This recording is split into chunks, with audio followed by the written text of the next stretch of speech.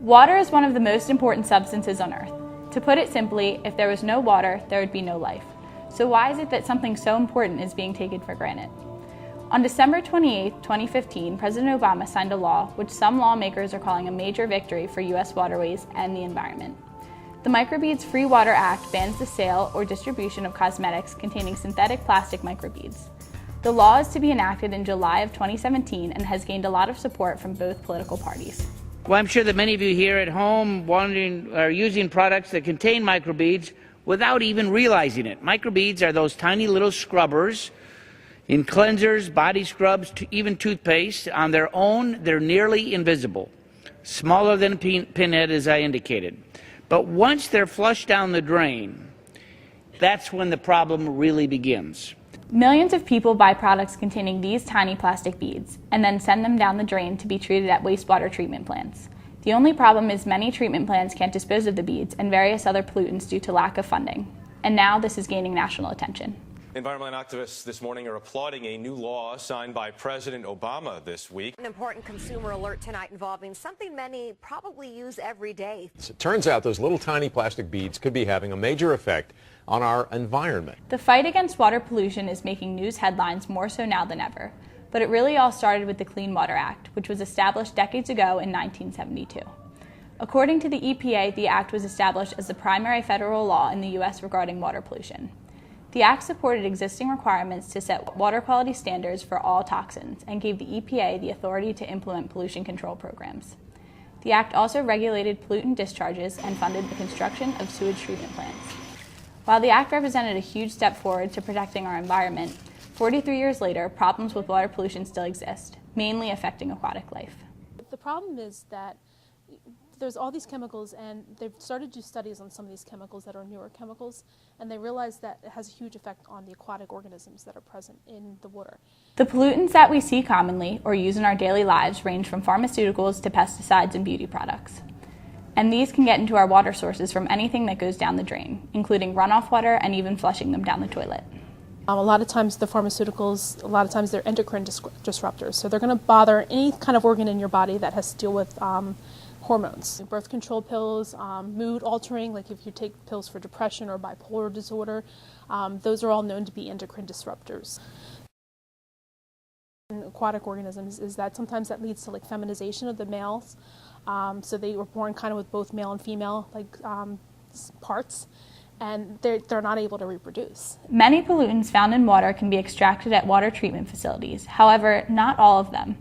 Due to lack of government funding, smaller facilities like the one in Harrison Township, New Jersey, do not have the money to purchase the technology needed to sufficiently get rid of pharmaceuticals.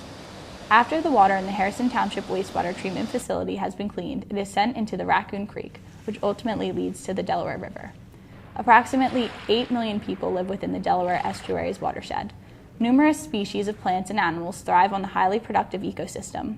The organisms living in the area where our wastewater is being dispersed are in danger due to the microbeads and other toxins.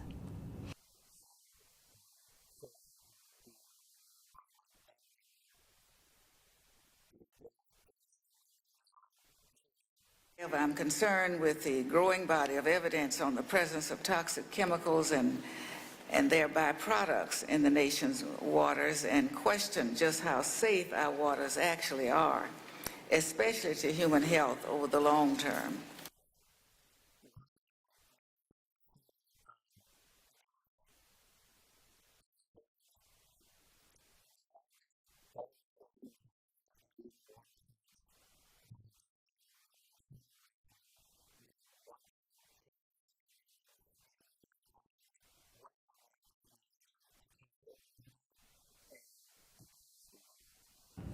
Mike Gonzarkivas showed us exactly how the treatment plant in Harrison Township, New Jersey works. And the process to work through the various stages of treatment are complex.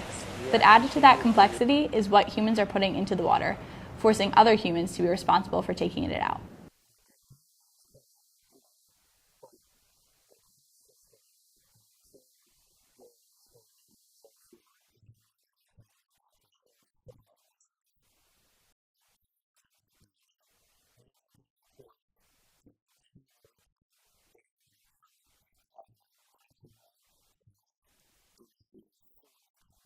To see how these medicinal substances are affecting our waters, we conducted an experiment with chemistry expert Jim Navins. What we're going to do today is we're going to look at two different substances, just regular salt, which is an ionic compound, and then we're going to look at a pharmaceutical agent, acetaminophen, and we're going to see if they are soluble in water. In our experiment, Navins took 2 different test tubes and placed acetaminophen, a pain reliever found in most over-the-counter drugs, in one, and salt in the other. He added distilled water to each tube and then stirred it with a vortex mixer.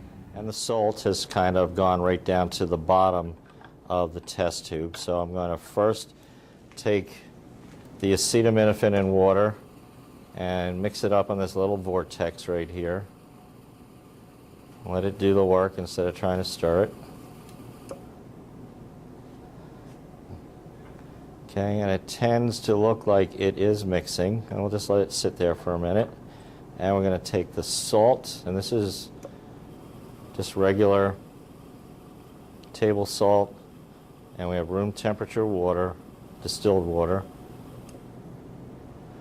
and it's pretty much all dissolved in there. And our acetaminophen is starting to sort of settle out a little bit and get down to the bottom of the test tube. As you can see, the acetaminophen were insoluble in water, which is exactly why they are found in our rivers, lakes, and streams. Water pollution is a pressing issue that needs to be handled immediately for the safety of the environment, wildlife, and potentially the human race. It will not go away on its own. If people put the toxins there, we need to be responsible for creating ways to take the toxins back out. Our country's leaders need to make it a top priority to protect the world's most vital resource.